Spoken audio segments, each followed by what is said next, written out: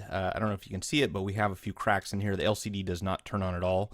And we've got our pre-assembled replacement unit, which comes with the mid frame. I recommend you do it this way. We're going to transfer over some of the components from the inside, but all in all, this is a relatively easy repair to perform. Again, if you buy it with the mid frame, if you want to buy just the glass by itself, you can, but it's going to be a lot more work. And if you spend just an extra 15-20 bucks, you can get the whole thing already pre-assembled, and it'll just save you a lot of time and effort. So we'll take the back cover off of the phone, remove the battery, and of course, if you have a micro SIM or an SD card, make sure that you remove those before you go any further. And then we're going to have a bunch of screws here that we need to take out. And for some reason, a lot of the times, these screws don't like to come all the way out. Oh, and there's a seam on the side where we're going to pry the phone.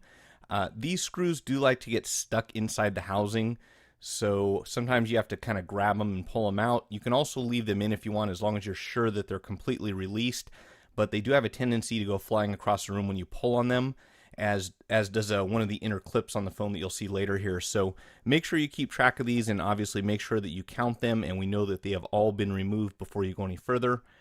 And you'll see here shortly, I'm going to actually use a pair of tweezers and just kind of demonstrate how we can get the stubborn screws out when they don't cooperate.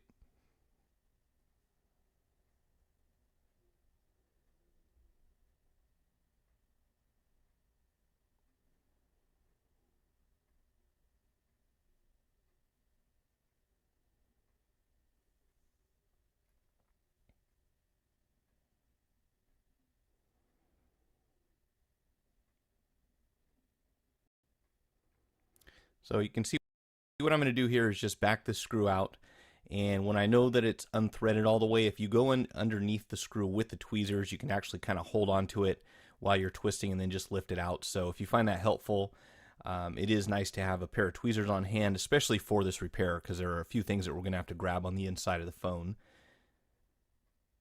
And once we get all of the screws out, there is an area down here that you can kind of gently pry underneath to pop off the cover for the charging port, flex cable, and everything else that goes along with that right inside here. And you'll see there's a little metal clip there that covers the charging port. And actually, I think it fell out as I was transitioning there. But we have a series of flex cables and one screw in the upper right-hand side of the logic board as you're looking at it right now that's going to have to come out.